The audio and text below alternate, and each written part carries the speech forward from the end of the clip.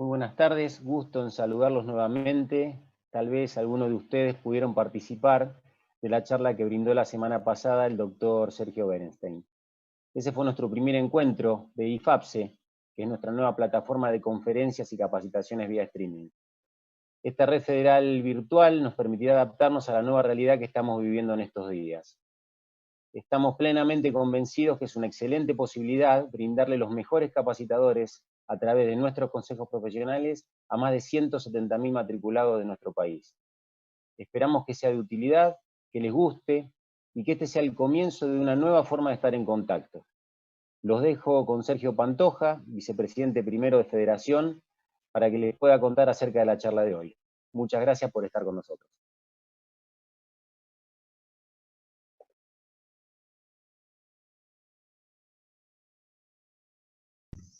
Buenas tardes. En esta oportunidad, el doctor Carlos Chetakov, integrante de la Comisión de Asuntos Tributarios en representación del Consejo de Mendoza, va a dedicar la jornada a exponer las cuestiones vinculadas con el ajuste por inflación impositivo mediante dos situaciones: la situación de una sociedad anónima y el caso de una empresa unipersonal. Así que bueno, en este sentido también agradecerles la posibilidad que nos brindan de vincularnos y los dejo en compañía de Carlos para que dé inicio a la capacitación. En esta reunión vamos a abordar el tema del ajuste por inflación impositivo. A tales efectos vamos a dividir, llamaremosle charla porque estoy hablando solo, en tres módulos no necesariamente de la misma duración. El primer módulo vamos a abarcar el aspecto teórico y legislativo que tiene la problemática en abordaje, para luego en un segundo módulo volcar toda esta ley, toda esta legislación, toda esta teoría, a un caso práctico sobre una sociedad anónima, para finalmente, en el tercer módulo, abordar la temática vinculada con las explotaciones unipersonales. Para esta primera parte, el material que tienen que tener ustedes para poder seguir con mayor facilidad el tema de mis explicaciones son dos. Por un lado, las filminas que dicen ajuste por inflación impositivo, que lo tienen en PDF impresas a 2 filminas por hoja, y luego uno que se llama pizarrón, que tiene 3 hojas, que es un Excel. Bien. Suponiendo que en este momento ya tienen todo el material en sus manos, vamos a comenzar. Lo primero que debemos preguntarnos es cómo afecta la inflación a los impuestos o a la tributación. Y a mí se me ocurre dividirlo esto en dos momentos diferentes. El primer momento tiene que ver con la determinación de la base imponible en el cual la que estamos tratando de cuantificar.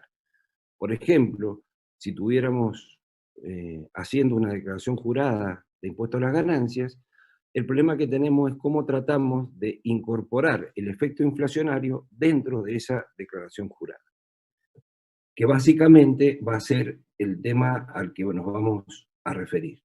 En segundo lugar, una vez determinada la obligación fiscal, aparece un segundo problema que se ha dado en llamar efecto Libera-Tanzi. En realidad, originalmente se llamaba efecto Libera, porque lo describió un argentino allá por el año 64, y luego lo perfeccionó un italiano que se llamaba Vito Tanzi.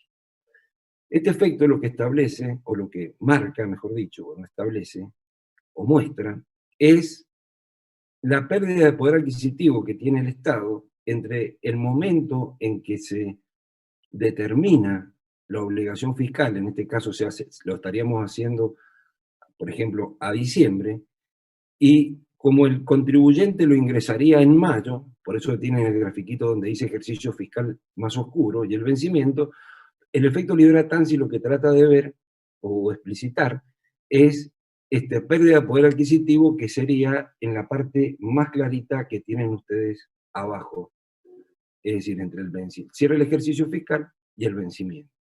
Esto que parece una cosa por ahí un poco rara, hay que decir que nosotros, este efecto está incorporado de alguna manera en la Ley de Procedimiento Tributario, en 11.683, y esto lo hicimos en su momento ya por el año 85. Pero esto hoy está fuera de circulación. Entonces decimos que la inflación afecta el monto de la obligación tributaria. Para determinar la obligación tributaria, y después nosotros nos vamos a concentrar en el primero. ¿Cómo impacta esto en el impuesto a las ganancias? Desde la teoría o desde el problema que tenemos que resolver, por así decirlo, no es otro que la magnitud de la ganancia gravable que pretendemos medir debe ser representativa de capacidad de pago. Entonces, necesariamente, cuando tenemos un proceso inflacionario, es menester o imprescindible que la legislación tenga soluciones a esta situación, a esta modificación de la base imponible. Lo cierto es que si vamos un poquito a la historia, en nuestra legislación, a partir del año 1978, en la Ley de Impuesto a las Ganancias se establecieron dos tipos de soluciones para esta corrección de la base imponible. En primer lugar, se hicieron ciertas, concomitantemente, ¿no? Pero la vamos a diferenciar conceptualmente así, se hicieron dos tipos de soluciones. La que llamaríamos una solución parcial, es decir, ciertas cuestiones que se aplican para todos los contribuyentes, aunque en algunos casos con diferentes matices, y que de alguna manera pretenden cuantificar correctamente ciertos aspectos de la determinación de la obligación tributaria. Por ejemplo, para el cálculo de las amortizaciones impositivas, para la determinación del costo computable en ciertas ganancias de capital, por ejemplo, venta de bienes de uso, venta de acciones, etc. También para modificar o para cuantificar adecuadamente ciertas correcciones que se hacen en el balance impositivo. Por ejemplo, un contribuyente que tuvo una ganancia de capital por venta de un bien mueble amortizable y aplicó la figura de venta y reemplazo, el viejo artículo 67, hoy 71, si esta persona no cumple durante el ejercicio siguiente, esa utilidad tiene que ir actualizada de cierre a cierre. Y dentro de estas cuestiones también, por ejemplo, se utilizaba esto para la imputación de quebrantos de ejercicios anteriores, de manera tal que estos no fueran, licuados por el proceso inflacionario. Estas, serían las soluciones parciales que tienen. Y por otra parte, y para ciertos contribuyentes, además de esta solución parcial, se aplica una solución integral, que es la determinación del ajuste por inflación impositivo, es decir, a ese resultado que tiene corregido parcialmente, a su vez tendrá que sumar como un ajuste positivo o negativo, según sea la exposición medida de acuerdo a la ley de impuesto a las ganancias que ha tenido ese contribuyente, como un ajuste más. Es decir, que en el impuesto a las ganancias tenemos, por un lado, soluciones parciales y otro la que hemos llamado solución integral, que incluye a la anterior.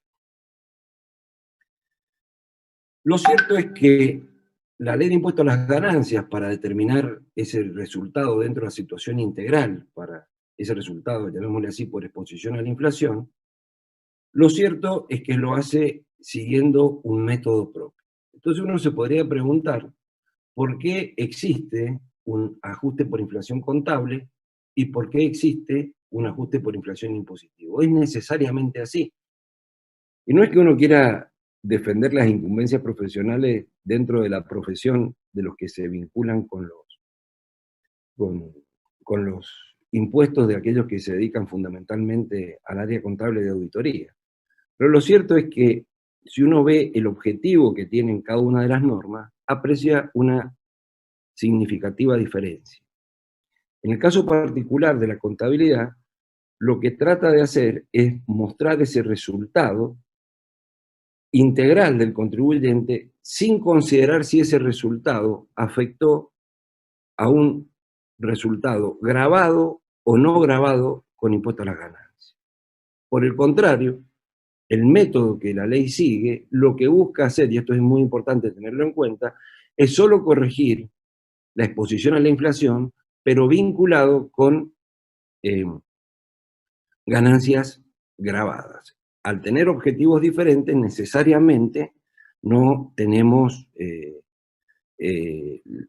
no tendríamos un único método, tendríamos que tener dos métodos.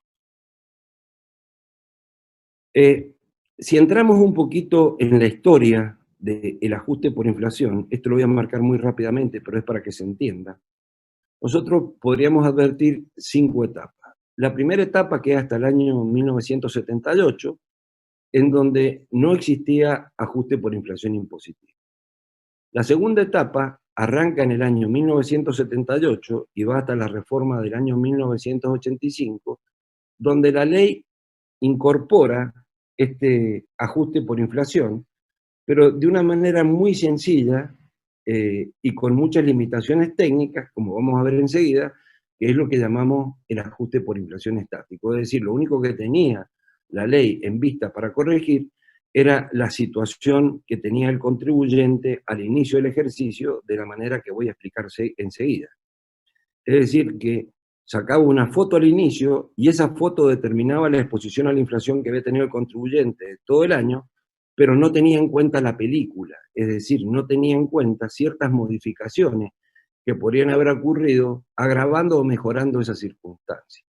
Eso llevó a la tercera etapa, que es la sanción de la ley 23.260 en el año 1985, y que lo que hizo fue incorporar la película a la determinación del ajuste por inflación. Es decir, esta etapa la llamaríamos como ajuste por inflación estático más ajuste por inflación dinámica.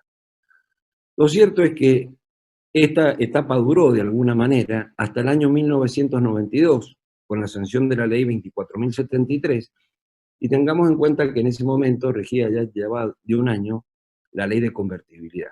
Lo que hizo esta ley, con todos los problemas que tuvo, pero esto es muy importante tener en cuenta, es que impidió a través de su artículo 39 la utilización de coeficientes por inflación dentro del sistema tributario.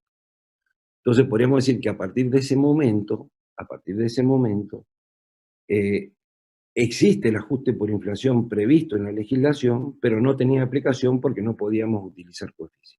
Otra cuestión a tener importante es que a partir de este momento, como estamos en una etapa, digamos así, sin inflación, todas las modificaciones que se hicieron de ahí en adelante nunca tuvieron su medición o su impacto en el ajuste por inflación. Tanto es así que la ley 24.073, estamos hablando de la del año 1992, en su caso modificó el nexo de vinculación, estableció que los residentes iban a pagar a partir de ese entonces, más allá del problema de la vigencia a través del año 98, por las rentas de fuente argentina, por las rentas de fuente extranjera, y eso tenía un impacto significativo dentro del ajuste por inflación, circunstancia que fue olvidada. Entonces decimos, tenemos una primera etapa sin ajuste, una segunda con ajuste estático, una tercera con ajuste estático más dinámico, y una cuarta que empieza ahí, que es la imposibilidad de utilizar coeficientes, y de ahí en más siempre las reformas impositivas se olvidaron de estos ajustes.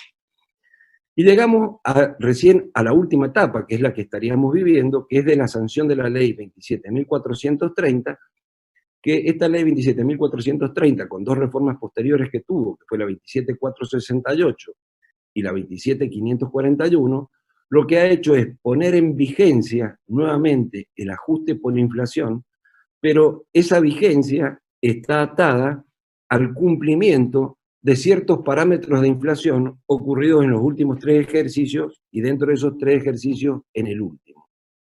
Por otra parte, no solamente lo ha puesto en vigencia atada a estas condiciones que estamos mencionando, sino que también lo ha cuotificado, es decir, que en el supuesto caso que fuera aplicable, según el año de aplicación de ese ajuste por inflación, se va a imputar en un ejercicio o en 6, de acuerdo a cómo tengamos. Bueno, vamos a entrar a analizar ahora el ajuste por inflación.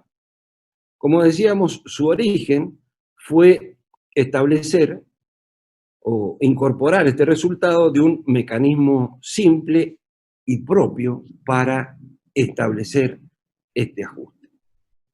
Y este mecanismo propio lleva, es decir, nos lleva o nos determina una obligación no menor, que es la necesidad de partir de un resultado ajustado por inflación, sin ajuste por inflación. Es decir, para hacer nosotros nuestro ajuste por inflación o nuestra declaración jurada de impuesto a las ganancias, vamos a tener que partir del resultado histórico y no del resultado ajustado por inflación. Esa existencia de un método propio define esa característica. Pero la segunda característica que tiene es que el método propio establecido es lo que podríamos llamar el método directo, a diferencia de la contabilidad. Y acá encontramos una segunda diferencia no menor. La contabilidad tiene un objetivo amplio, los impuestos tienen un objetivo restringido, y el método que utiliza es absolutamente diferente. Mientras que la contabilidad trata de determinar el resultado por exposición a la inflación a partir de la reexpresión de lo que llamaríamos activos, pasivos y elementos del patrimonio neto no expuestos, y de ahí inferir su resultado. Por el lado de los impuestos lo hacemos por el método indirecto, es decir, nosotros lo que tratamos de medir es la inflación de un sistema diferente.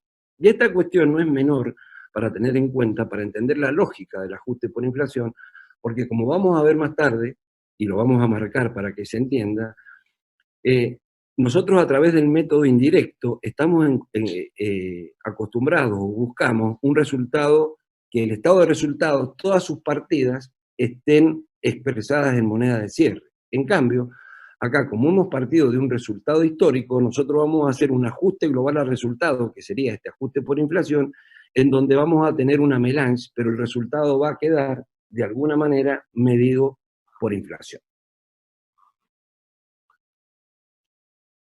Es decir, el ajuste por inflación, decimos, tiene un método propio el impositivo. Para analizar el ajuste por inflación, en realidad tendríamos que dividir la temática en tres grandes aspectos. El primer aspecto está vinculado a cuáles son los sujetos que están obligados a practicarlo. Y cuando digo obligado, es que si a mí me toca, no puedo decir si lo hago o no lo hago. Necesariamente lo tengo que hacer. Luego, que es fundamentalmente el problema que nos convoca, que es el mecanismo de ajuste. Y la tercera norma, o la tercera circunstancia a analizar, es las normas, ciertas normas que existen en la ley que son de aplicación exclusiva para los sujetos que practican ajuste por inflación, que eso vamos a verlo poco. Vamos a repasar rápidamente quiénes son los sujetos que están obligados a practicar. De acuerdo al artículo 105 de la ley, ex artículo 94, los sujetos que van a practicar el ajuste por inflación son los contribuyentes incluidos en el actual artículo 53 de sus incisos A a E, ambos inclusivos. Es decir, las sociedades de capital, que hoy están en el artículo 73, las sociedades de personas, que están en el 53b, los fideicomisos transparentes, es decir, aquellos fideicomisos constituidos en el país en donde todos los fiduciantes son beneficiarios y residentes. Es decir, todos los fideicomisos van a tener ajuste por inflación. Lo que pasa es que los transparentes están en el 53C y los no transparentes, o sea, los que pagan directamente como sociedades de capital, están en el artículo 73, inciso A, apartado 6. Pero no solamente deben hacer estas sociedades de capital, estas sociedades de personas y los fideicomisos transparentes, sino que también lo deben hacer las explotaciones unipersonales, que va a ser una de las partes que vamos a ver ahora, habida cuenta de que este año hay que liquidarlo y el año pasado no se liquidaba. Y finalmente los auxiliares de comercio, que no están incorporados expresamente dentro de la cuarta categoría, recordando que en la cuarta categoría los contribuyentes que se encuentran son los viajantes de comercio, los despachantes de aduana y los corredores. Es decir, este cúmulo de contribuyentes son los que tienen que hacer este ajuste por inflación que vamos a tratar de explicar a continuación. Definidos los sujetos, tenemos que entrar, ya que es donde más nos vamos a detener, en el mecanismo de ajuste. Yo lo que voy a hacer es explicar el mecanismo de ajuste con cierta, digamos así, con cierta profundidad, pero no voy a empezar a explicar todas las variantes que tienen cada uno de los rubros, porque eso lo vamos a hacer cuando veamos el ejemplo. El objetivo de esta parte es que refresquemos cuál es el mecanismo que sigue y sobre qué bases lo efectúa. Entonces, el mecanismo de ajuste no es otro que determinar ciertos ajustes negativos y positivos cuya sumatoria indicará el ajuste por inflación del ejercicio. Si los ajustes negativos son mayores que los ajustes positivos, va a decir que este contribuyente perdió por inflación y por lo tanto será un ajuste que llevaremos a su declaración jurada como un ajuste que incrementa la pérdida o disminuye la ganancia. Va a decir, a ver, advirtamos esto. Todo lo que estamos haciendo, todo lo que estamos tratando de determinar es nada más que para llevar un ajuste en la declaración jurada, sea que el contribuyente lleve o no lleve contabilidad. Por el contrario, si los ajustes positivos son mayores que los negativos, ganó por inflación y por lo tanto tendrá que hacer un ajuste que incremente la ganancia o disminuye la pérdida. ¿Cuál es el origen de los ajustes? El ajuste, digamos, insisto que se está haciendo esto por el método directo, es decir, estamos viendo fundamentalmente los activos y pasivos expuestos, no sería esta, que en el léxico de la ley serían computables y no computables, son a través de dos circunstancias. Una es la situación patrimonial que tenía el contribuyente al inicio del ejercicio, que es lo que se llama ajuste estático, y fue la forma, de alguna manera, que tuvo la ley desde el año 1978 al año 1985. Y luego ciertas variaciones patrimoniales ocurridas en el ejercicio, es decir, antes veíamos la foto, ahora vamos a ver la película del ejercicio para tratar de hacer, para corregirlo. Para que esto se entienda mejor, vamos a ir a lo que llamamos pizarrón. Vamos a ir a la primera hoja del pizarrón que tenemos. Supongamos que nosotros tenemos una persona o una sociedad o un contribuyente sujeto al ajuste por inflación, que su único bien que tenía al inicio del ejercicio era dinero en efectivo por 100.000 pesos, y supongamos que la inflación del año que estamos midiendo, es decir, al inicio tenía caja únicamente, la inflación del año fue un 60%, por lo tanto, esta persona, por el ajuste estático, lo que me está haciendo es declarar una pérdida por 60.000 pesos. Y ahí terminaba antes. Entonces, ¿qué pasó? La gente decía, pará, te comiste la película. En algunos casos favorecen, en algunos casos desfavorecen. Entonces, ¿qué se hizo? Se incorporó el ajuste estático, dinámico. Es decir, pretende corregir por signo contrario esta exposición a la inflación. Si suponemos que esta persona, que lo único que tenía al inicio era ese activo, yo he marcado una pérdida por 60.000 pesos. Pero si esta persona, en su caso, compra en marzo un bien de uso por 70.000 pesos, a lo largo del ejercicio realmente varió su exposición a la inflación, porque desde el inicio a la compra perdió sobre 100.000 pesos. Pero desde la compra a diciembre perdió solo por 30.000 pesos.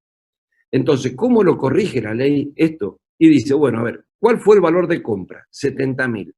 ¿Cuál es el coeficiente desde la fecha de compra al cierre del ejercicio? Supongamos en este caso 40%. Es decir, yo voy a tener una actualización de 28.000. Entonces, si por el ajuste estático yo estoy dando una pérdida de 60.000, por el ajuste dinámico voy a estar dando una ganancia de 28.000 y en definitiva voy a tener una pérdida neta de 32.000, que de alguna manera es el periodo, de esta manera he logrado, dentro de la foto más la película, concentrar. Lo que pasa que por el estático lo hago de cierre a cierre y corrijo por signo inverso, para ustedes sería de este lado, desde el momento en que se produce hasta el cierre del ejercicio. Este sería, digamos, el motivo. Entonces ustedes ven acá esta parte de la flecha que indicaría el ajuste estático y el otro lado de ajuste dinámico. Ya sabemos entonces que vamos a buscar ajustes positivos y negativos, y el origen de los ajustes es la situación patrimonial al inicio o la situación patrimonial al cierre. El quantum de los ajustes, es decir, el quantum de los ajustes va a ser la actualización de esa situación medida por un índice de precios que en el momento actual es el índice de precios al consumidor a nivel general. Entonces, para el ajuste estático vamos a tomar la variación operada de cierre a cierre, mientras que para el dinámico vamos a tomar la situación que se produce desde el momento de la variación al cierre del ejercicio. Vamos a ver ahora el ajuste estático, es decir, nos vamos a concentrar en los ajustes del inicio. ¿Qué es lo que queremos hacer? Tomar la situación patrimonial que tenía el contribuyente al inicio del ejercicio y seleccionar aquellos activos o pasivos que están expuestos a la inflación para despreciar los otros.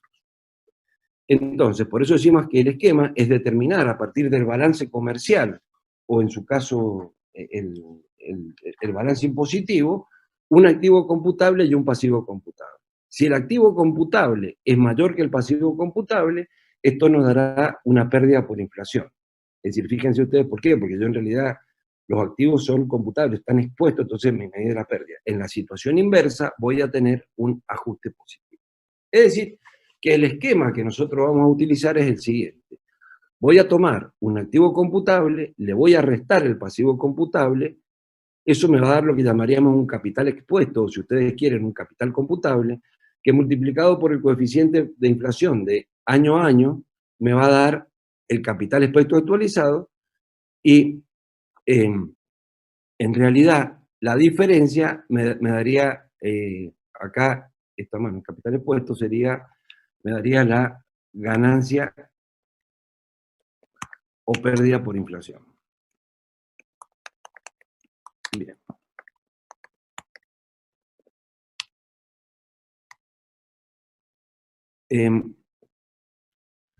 Entonces lo que vamos a hacer, activo computable, pasivo computable. Ahora nos vamos a concentrar exclusivamente en el activo computable.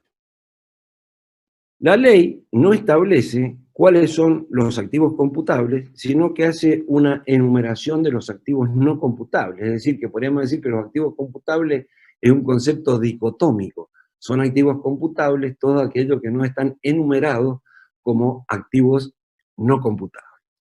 Y por eso decimos que se determina con carácter residual. Vamos a tomar el pasivo, el activo total de la sociedad y vamos a excluir los activos computables. Pero la otra cuestión importante es que estos activos computables que quedaron seleccionados deben ser adecuadamente evaluados conforme a las normas de evaluación que tiene la ley de impuesto a las ganancias.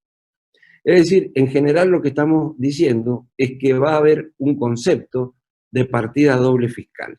Y esto es una cuestión que es fundamental tenerla clara, y este ejercicio, es decir, el ajuste por inflación nos va a cambiar la óptica del impuesto a las ganancias en este sentido. Nosotros generalmente lo único que hacemos es trabajar por partida simple, hacemos ajustes por columna 1 o 2, pero no vemos cómo es la contrapartida en el balance. Entonces vamos a ir al pizarrón nuevamente, para que se entienda lo que estoy haciendo, y vamos a ir a la partida doble fiscal.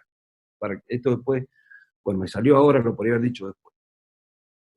Supónganse ustedes que tienen la tercera hoja del pizarrón, ustedes van a encontrar que nosotros partimos de un resultado contable. Si yo estoy, por ejemplo, en esa declaración jurada, he puesto una deducción de incobrables por 80.000, significa que no estaban en la contabilidad, yo he marcado una pérdida. Por lo tanto, es como si yo hubiera hecho un asiento que dijera resultado impositivo a deudores por venta, es decir, disminuir el activo. Entonces decimos que los activos deben estar evaluados conforme a sus contrapartidas en el estado de resultado impositivo, como si existiera una suerte de partida doble fiscal. Lo que hice yo el año anterior tuvo una implicancia patrimonial de una disminución de 80.000. Supónganse que yo tuviera una diferencia de cotización en moneda extranjera puesta en columna 2. Entonces, ¿cuál fue el asiento que hice? Moneda extranjera a resultado impositivo, es decir, alimenté o aumenté un activo. Por ejemplo, si yo deduje honorarios en mi declaración jurada que no estaban en la contabilidad, ¿yo qué hice? En realidad hice un resultado impositivo y de alguna manera generé un pasivo que es honorarios de directores a pagar. Es decir, todo lo que tenemos que ver es este asiento, cuál es la contrapartida patrimonial para que se entienda lo que estamos diciendo. Por ejemplo, si yo mi contabilidad tenía una utilidad que la declaraba por el devengado e impositivamente iba por el devengado exigible, supongamos que el primer año que lo aplico, lo que me va a pasar es que esa ganancia contable es menor porque hay parte que todavía no he hecho eso exigible. Entonces yo llevar a columna 1 ese ajuste por devengado exigible. Pero ¿cuál es la contrapartida? Una utilidad diferida. Ergo, esa utilidad diferida va a tener que ser un pasivo. Los gastos de organización, si yo tengo, por ejemplo, gastos de organización que impositivamente opto por detraerlos en el ejercicio en que incurrí, bueno, yo estoy haciendo, supongamos que era de 100.000, el primer año tenía la contabilidad de 20, me faltan 80, yo hago resultado impositivo a gasto de organización. O sea, extinguí un activo, no un pasivo, como dice acá. Y finalmente, por ejemplo, para que se entienda todo esto de la partida doble fiscal, si yo modifico la existencia final, por ejemplo, el aumento, llevo una ganancia, en realidad yo he modificado el costo de venta, pero ¿qué he hecho? Bienes de cambio a resultado impositivo. Esta lógica es fundamental para que entendamos todo lo que estamos haciendo. Entonces decimos, lo determinamos por carácter residual y posteriormente debe ser, digamos, ajustado de acuerdo a su contrapartida fiscal. Es decir, que ahora el esquema sería, del total del activo, restamos los activos no computables, nos da un subtotal, hacemos los ajustes de evaluación y llegamos al activo computable. Entonces la pregunta ahora, recién era cuánto era el activo computable, ahora ya lo que tenemos que saber es cuáles son los activos no computables. Bien, si viene una numeración bastante larga, que yo no la voy a dar ahora, marcaré algunas muy rápido, lo que quiero es que busquemos las razones que motivan la exclusión de esos activos por la ley como activos no computables. Y así podemos decir que van a ser activos computables que todos aquellos activos que tengan previsto algún sistema de actualización, ya sea para la determinación de su amortización o para la determinación de su costo computable en el caso de enajenación, más allá de que la misma se encuentre vigente o no. Es decir, todos los bienes de uso, sean bienes muebles o inmuebles, van a ser activos no computables porque tienen previsto no solo su actualización en el momento para calcular la amortización, más allá de que esté vigente o no, y además se actualiza su costo computable, más allá que esté vigente o no, ¿cómo se llama?, al momento de su enajenación. O, por ejemplo, el caso de acciones, que también tiene previsto, son activos no computables. La segunda razón que puede fundar esta existencia o su calificación como activos no computables es que generen resultados de fuente extranjera. Esto ha traído muchos problemas porque esto viene desde el año 78 y, como dije recién, en ese momento el nexo de vinculación era que los argentinos, o sea, los residentes tributaban solo por su renta de fuente argentina, por lo tanto la medición de los resultados por inflación por los activos que están en el exterior no debían ser incorporados, y acá vemos cómo tenemos una diferencia de objetivos entre la contabilidad y los impuestos. Esto quedó desfasado porque, como les dije anteriormente, se olvidaron de todos los ajustes que tenían que hacer. La otra es que correspondan a conceptos ya deducidos impositivamente, que es el caso que di, por ejemplo, de los gastos de organización. Si en la contabilidad estaban y yo ya los di de baja impositivamente, yo los tendré que eliminar porque impositivamente no existe. Acá se ve claramente el concepto de partida doble fiscal. O también que tengan su origen en operaciones que no puedan ser reputadas celebradas como entre partes independientes, con todos los problemas que esta expresión tiene. El único punto que no encuadra en esta circunstancia son los bienes muebles no amortizables. En general podríamos decir que son activos computables todos los activos expuestos, pero con una diferencia que la debí marcar antes, pero la marco ahora, que son los bienes de cambio. Es decir, son todos aquellos activos monetarios más bienes de cambio, son los activos computables. El resto lo vamos a obviar. La enumeración, veámosla rápidamente: inmuebles y obras en curso sobre inmuebles, salvo que tengan el carácter de bienes de cambio. Lógicamente, porque los bienes de cambio son activos computables. Bienes muebles amortizables, bienes en curso de elaboración con destino al activo fijo, los bienes inmateriales, en las explotaciones forestales, la existencia de madera cortada en pie, acciones, cuotas o participaciones sociales, incluidas las cuotas parte de fondos comunes de inversión, las inversiones en el exterior, etcétera, etcétera. Me voy a detener un segundo en esto, que después lo vamos a ampliar. Dentro de ese punto 13 tenemos los saldos deudores del titular, dueño o socio que provengan de, como lo veo acá, que provengan de integraciones pendientes o de operaciones efectuadas en condiciones distintas a las que pudieran pactarse entre partes independientes, teniendo en cuenta las prácticas de mercado. O sea, esto, de alguna manera, lo que me está diciendo es que las cuentas particulares, ya lo vamos a ver con mayor detenimiento, en tanto y en cuanto, como no tienen un tratamiento como, es decir, ese préstamo no está celebrado como entre partes independientes, son un activo no computable. El 14, el 15 y el 16 lo vamos a ver. Pero acá el problema no termina. Es decir, hasta este momento hemos definido cuáles son los activos no computables, que de alguna manera son aquellos que cumplían con alguna de esas condiciones establecidas. Lo que pasa es que la ley incorpora un concepto que lo podríamos definir como activos no computables por su naturaleza, que pasan a ser activos computables por transformación. Y se refiere casualmente a cuál es la situación o el tratamiento dispensable a esos activos no computables que están en los primeros 7 puntos, es decir, los inmuebles y obras en curso sobre inmuebles que no tienen el carácter de bienes de cambio, los bienes muebles amortizables, los bienes inmateriales y las acciones, que serían las cuotas parte de fondos comunes de inversión. ¿Qué pasa cuando yo las tenía al inicio del ejercicio y las vendí? Entonces, estos que en principio eran activos no computables, la ley me dice, en ese caso, si lo vendió durante el ejercicio, no lo reste, porque esto tiene su correlato con la forma de determinar el costo computable. Y ahora vamos a ir al pizarrón, a la hoja que llamamos activos por transformación.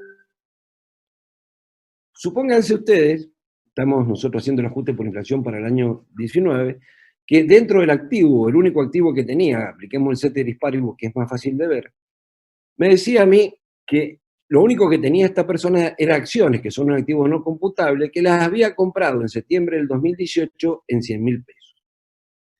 Y que esas acciones que tenía en el año pasado, las vendió durante este ejercicio en octubre del año 2019 a 100.000 pesos, a 140.000 pesos. Nosotros tendríamos que determinar el costo computable para poder determinar el resultado. ¿Qué me dice el costo computable? Me dice que el costo computable en estos casos es el valor de incorporación al patrimonio, es decir, los 100.000 pesos, ajustado por el coeficiente de inflación que vincula la fecha de compra con el cierre del ejercicio al inicio del ejercicio. Supongamos que la inflación que hubo entre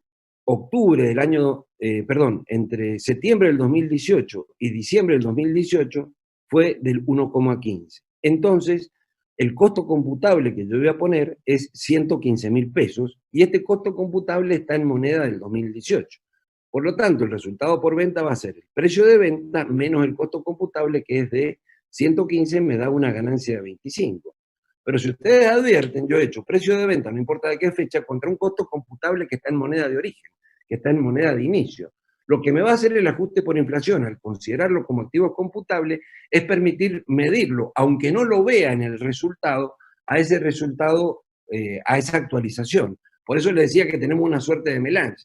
Esto nos dolería los ojos si estamos haciendo la contabilidad, porque nosotros buscaríamos tener el costo computable en moneda de cierre. No, acá nosotros el costo computable lo dejamos en moneda de origen y lo ajustamos a través del ajuste por inflación. Entonces, ¿cómo llevo el costo computable a moneda de cierre? ¿Qué me falta? La actualización del ejercicio. ¿Cómo lo obtengo? A través del ajuste estático, considerándolo como activo computable. El activo computable sería 15.000, 115, porque el que tengo que tomar es el costo que utilicé, el coeficiente anual fue 160, el activo computable actualizado me queda en 184.000 y dentro del ajuste por inflación tengo una pérdida de 69. Es decir, que en mi resultado final voy a ver yo explícitamente en el balance impositivo una ganancia de 25, pero aunque no la vea dentro del ajuste por inflación, me está dando una pérdida por 69, en definitiva, el resultado me quedó precio de venta menos costo computable establecido en moneda de cierre. Entonces hemos dicho que ya tenemos, ¿qué es lo que estamos? Vamos por acá, vamos a volver al origen para que no nos perdamos y yo no me pierda. Nosotros hemos dicho que estamos por acá. Queremos tomar el activo computable para restarle un activo, el pasivo computable. Lo que queremos es determinar el activo computable. ¿Cómo se determina? Y restando los activos no computables y luego ajustando su evaluación.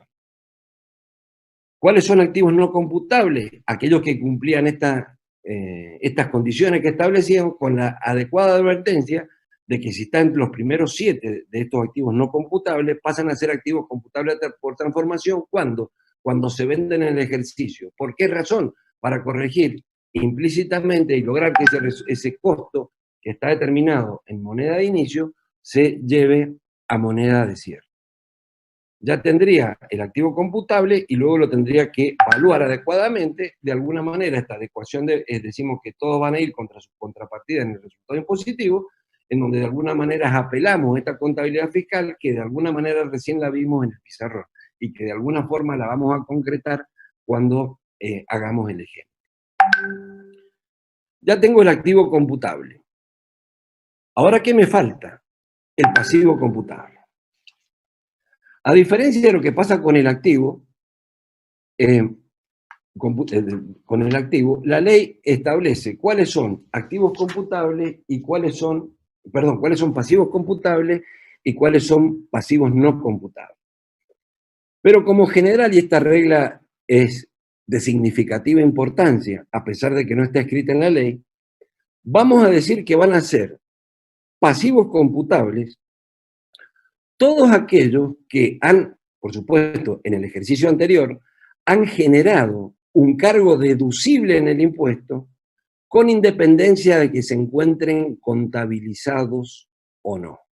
Ya esto de contabilizado o no, es decir, el ejemplo que podríamos hacer, supónganse ustedes que en la declaración jurada del año 2018 dedujeron honorarios de directores, pero no van por el sistema de contabilizarlos en el estado de resultados, sino que van por el tema de contabilidad. No vamos a entrar a discutir contabilidad, sino que ustedes lo contabilizan al año siguiente como un ajuste dentro del estado de evolución del patrimonio neto. Entonces, ¿qué pasa? En ese pasivo, esos honorarios, por la parte deducible, generaron un cargo deducible en el impuesto. Como no están contabilizados, ese es el ejemplo que yo les daba antes, hice honorarios a honorarios a pagar, esos son un pasivo computable. Y acá lo determinamos por adición, es decir, voy a elegir de estos pasivos que tengo, cuáles son los que de alguna manera voy a compartir. ¿Cómo se evalúan? Y de la misma manera que el otro, la partida doble fiscal, de acuerdo a su contrapartida en el resultado impositivo, como si existiera una suerte de partida doble fiscal. ¿Cuáles son los pasivos no computables? En general, no consideran como pasivos no computables aquellos rubros que deben ser considerados como capital o que no se originan en operaciones que puedan ser reputadas como partes independientes. Así tenemos, por ejemplo, los aportes o anticipos recibidos a cuentas de futuras integraciones de capital, cuando existan, llamémosle así, compromisos debidamente suscriptos y que no tengan intereses. O sea, esto es, por más que esté en el pasivo, esto de alguna manera es como si fuera patrimonio neto, los saldos acreedores del titular, dueño, socio, el mismo problema con la redacción, o sea, las cuentas particulares, y el tercer caso no lo menciono.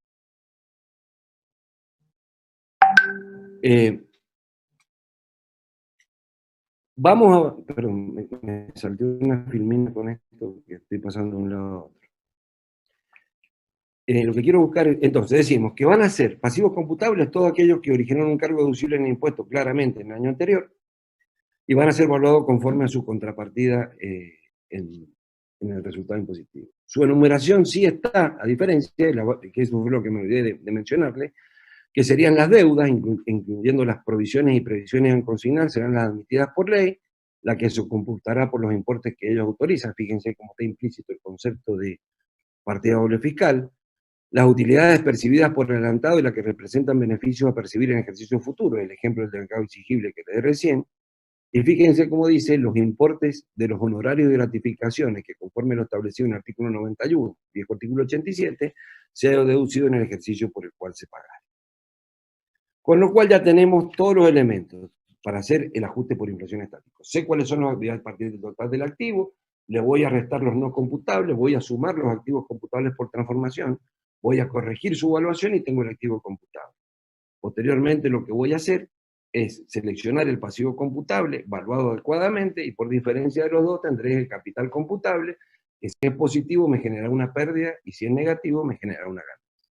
Ahora, ¿qué tengo que ver? Y vamos a ver rápidamente, es el ajuste por inflación dinámico.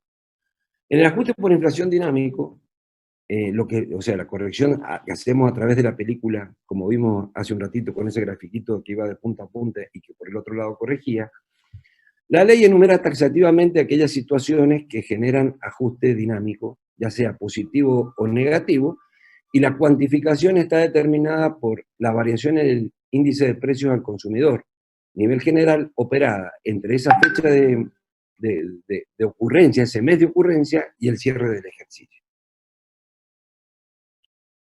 ¿Cuáles serían los que generan ajustes dinámicos positivos? Es decir, ganancia. Esto, de alguna manera, lo que estamos haciendo es corregir, disminuir la pérdida que hemos computado por el capital expuesto, porque son ajustes positivos, estamos yendo por signo contrario. Conceptualmente son disminuciones del capital sin alterar el resultado impositivo, incorporación de bienes que tengan previsto un sistema de actualización para sus amortizaciones o costos computables, y la aplicación de fondos a la renta extranjera. Es decir, la enumeración, la incorporación de capital, las disminuciones de capital sin alterar el resultado impositivo. El ejemplo del libro sería, o de manual, sería la distribución de dividendos. Yo hice la pérdida de punta a punta, pero ese dinero que salió dejó de perder desde el momento en que lo puse a disposición hasta el cierre. Otro caso sería los dividendos, no sé qué dije. Sí, los retiros, perdón. Los dividendos, los correspondientes a efectivas reducciones de capital, y fíjense lo que está pasando acá. La porción de honorarios pagados en el ejercicio que no pudieron ser deducidos, porque yo como pasivo puse solo lo deducido. Yo en realidad, como no pasa por el resultado, es una disminución patrimonial sin que afecte el resultado. Como voy a marcar cuando veamos el ejemplo, acá hay que tener en cuenta que las gratificaciones deducidas son pasivos computables, pero van a generar solo ajuste dinámico la porción de los honorarios no deducibles, habida cuenta que nunca más se pueden deducir. En cambio, en las gratificaciones, si no se pueden deducir en el ejercicio por el cual se pagan, se podrán deducir en el ejercicio en el que se paga. Las incorporaciones de todos estos bienes que tenían protección, o los fondos o los activos computables cuando se conviertan en inversiones que generen renta de fuente extranjera. Estas son las variaciones, digamos, que nos va a generar un ajuste positivo. ¿Cuáles son las que generan ajuste negativo? También son las taxativamente numeradas, y ahora lo que queremos hacer es generar una ganancia por inflación, una pérdida por inflación, porque tenemos más capital expuesto. Entonces, ¿cuáles serían? Aumentos del capital sin alterar el resultado impositivo, y la aplicación de fondos que estaban en el exterior a la obtención de rentas de fuente argentina. Ahí tenemos la enumeración, después lo vamos a ver. Entonces, básicamente, ¿qué hemos hecho? Hemos dicho un ajuste por inflación estático que tiene en cuenta la situación patrimonial al inicio del ejercicio. Buscamos los activos computables, partiendo del total del activo, restándole los no computables, ajustando su evaluación, teniendo especial cuidado con los activos computables por transformación. Luego ponemos el pasivo computable valuado adecuadamente, tenemos el capital computable, aplicamos el de año a año y tenemos el ajuste estático. Posteriormente, lo que vamos a hacer es corregir eso a través de ajustes por sentido contrario, a través del ajuste dinámico. Positivos, cuando yo lo que quiero es disminuir la pérdida que estoy mostrando el otro, por signo contrario estoy sumando, o negativos cuando quiero aumentar esa pérdida o disminuir la ganancia que tengo. Básicamente es eso. Lo que finalmente me queda para terminar esta primera parte, que más o menos esta es la duración que teníamos estimada, es la vigencia del ajuste por inflación.